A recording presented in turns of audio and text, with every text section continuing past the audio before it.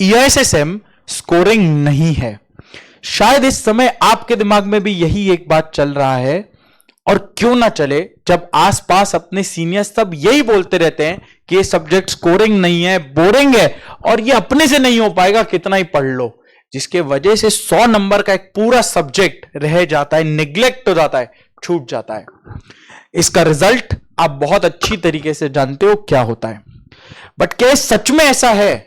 10 minute मुझे आप दे दो, एंड ऑफ द वीडियो तक मेरे साथ देखना, और लास्ट में आप खुद ये कंक्लूड करोगे, डिसाइड करोगे कि ये कितना बड़ा मिसकंसेप्शन है, कितना बड़ा मिथ है कि EISSM जैसे सब्जेक्ट में मार्क्स नहीं उठ पाता, ऑडिट में मार्क्स नहीं उठ पाता।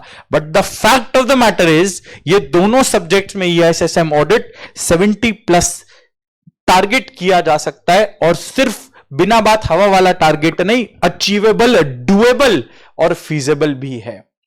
कोई हवा वाला यहां बात नहीं करने वाले, 95+ जैसा फालतू टारगेट सेट भी नहीं कर रहे, बट 70+ इज अचीवेबल। आपके लिए बोलना बहुत आसान है, आप तो ये सब्जेक्ट पढ़ाते हो, आप तो बोलोगे ही, ऐसा कुछ आ रहा होगा दिमाग में।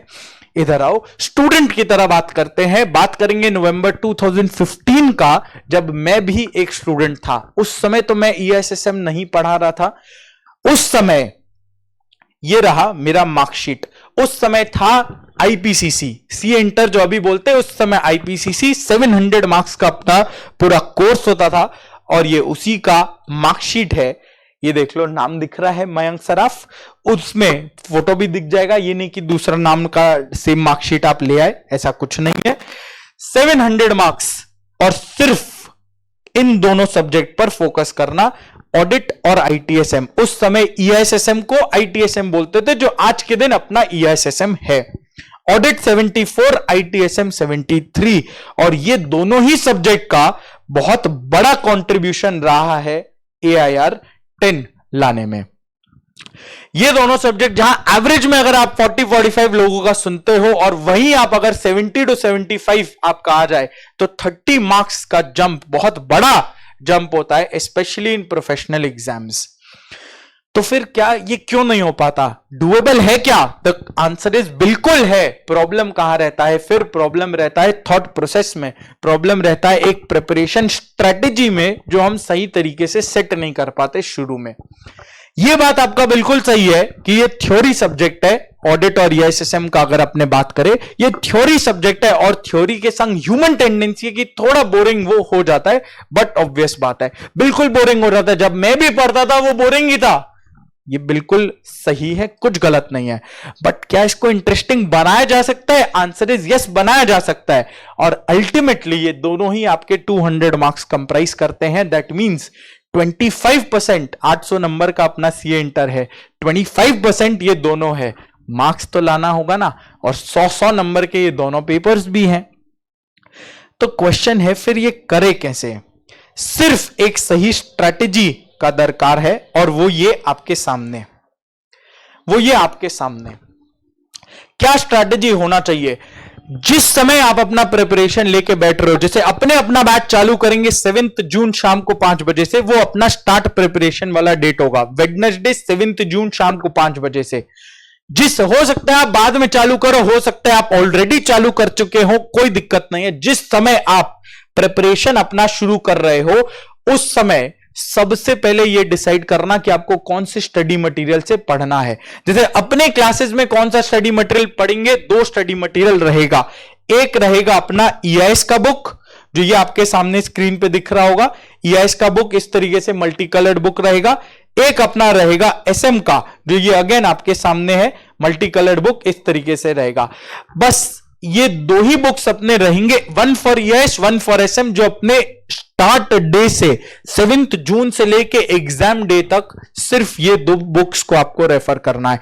1 EIS, 1 SM। 500 पेजेस में अपना टोटल कंटेंट कवरेज है, और पूरा का पूरा 100 मार्क्स अपने वहीं से डिस्कस करेंगे। उसके बियॉन्ड पेपर में कुछ नहीं आएगा। अगर आपको ICAI मटेरियल रेफर करना है, बिल्कुल रेफर करो, कोई प्रॉब्लम नहीं है। बस उसका इतना सा एक छोटा प्रॉब्लम यह आ जाता है कि वो 800 पेजेस का मटेरियल है, बहुत सारी इररिलेवेंट चीजें उसमें इंक्लूडेड है, और वो रिपीटेटिव हो जाता है थोड़ा सा। तो जिस वजह से टाइम थोड़ा बढ़ जाता है और अपना मटेरियल 500 में कंसाइज किया गया है, तो बस वही अपने रेफर करेंगे, एक ईएस एक एसएम का। ये डिसाइड करना बहुत जरूरी है। अगर आप नोट्स और मटेरियल्स स्विच करते चले गए, लास्ट डे तक आपको ये नहीं पता चलेगा कौन सा टॉपिक कहां से करना है, कैसे करना है, और लास्ट डे पूरा सिलेबस कवर करना बहुत मुश्किल हो जाएगा। स्टडी मटेरियल डिसाइड करना पहला चीज, बहुत जरूरी चीज। नेक्स्ट, 100 मार्क्स का आपका पेपर, अगर आपको इस समय आपको पेपर पैटर्न पता है, 30 मार्क्स अपना एमसीक्यू आता है। इसके पहले जब मेरा 73 था उस समय तो एमसीक्यू भी नहीं होता था।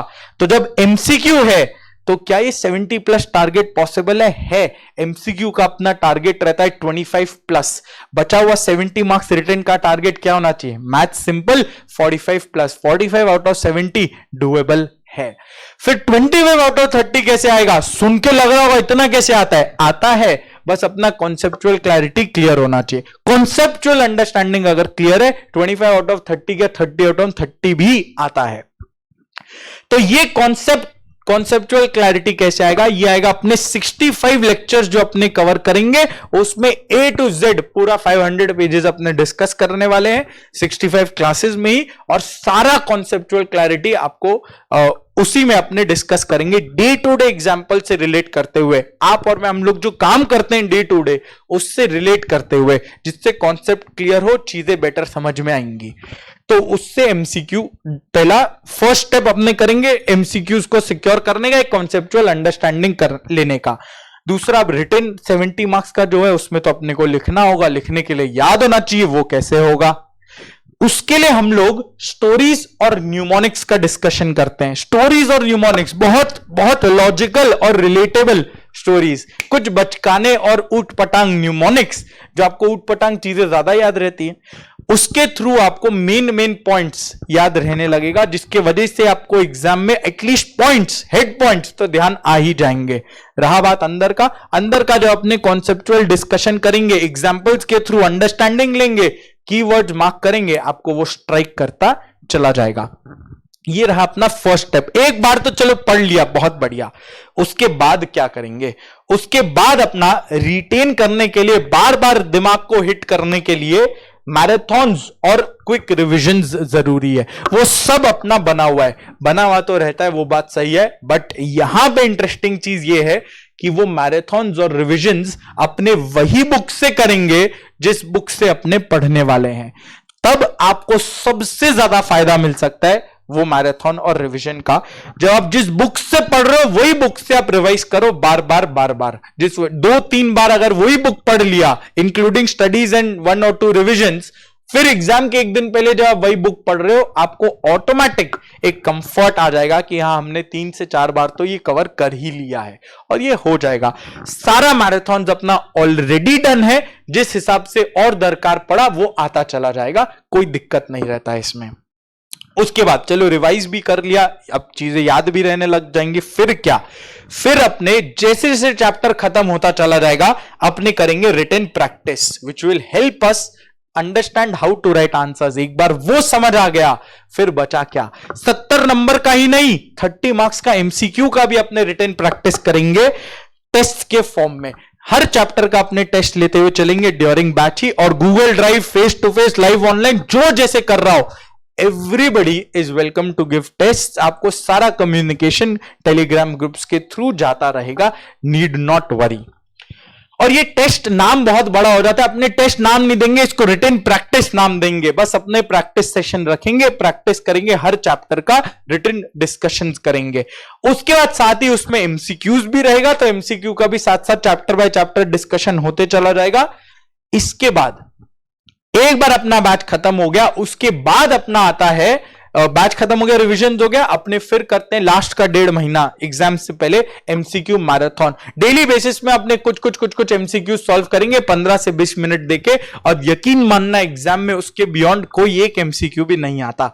अब हो गया ना आपका 25 प्लस सिक्योर।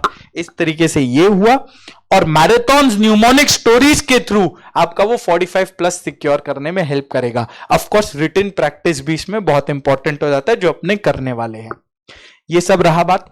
अब लास्ट में एक और कंफर्ट लेवल पहुंचाने के लिए, कंफर्ट प्रोवाइड करने के लिए, कॉन्फिडेंस इंक्रीज करने के लिए हम लोग एक इंपॉर्टेंट क्वेश्चंस का लिस्ट भी प्रोवाइड करने वाले हैं, जो पहले भी मैंने किया है। इंपॉर्टेंट टॉपिक्स का लिस्ट जो पूरा 500 पेजेस को 100 पेजेस में समराइज कर देगा। वो 100 पेजेस में इंपॉर्टेंट टॉपिक्स कवर हो जाएंगे, 20% of the syllabus and maximum topics May 23 नवंबर 22 उसके पहले भी मैक्सिमम टॉपिक्स इसी में इंपॉर्टेंट टॉपिक्स से ही उठ के आ जाते हैं। वो 70 मार्क्स इंपॉर्टेंट टॉपिक्स से ही उठ के आ जाते हैं।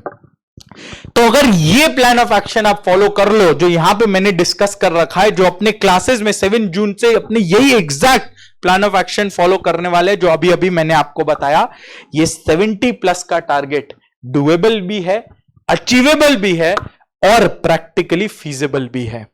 करेक्ट। तो ये बस एक स्ट्रेटेजी और प्लान ऑफ एक्शन क्लियर होने का दरकार है और दूसरा कुछ भी नहीं। अब शायद आपको कहीं ना कहीं वो एक मिथ और मिसकंसेप्शन लगने लगा होगा। कोई भी तरीके का डाउट है तो जरूर मेरे से पूछना, कमेंट बॉक्स में डाल देना। अगर नंबर है तो जरूर कॉल कर लेना, मैसेज कर देना। I will be happy to resolve all your queries. और वेबसाइट में सारे कोर्सेज लिस्टेड हैं, रेगुलर, फास्ट ट्रैक, जो जैसा लेना हो।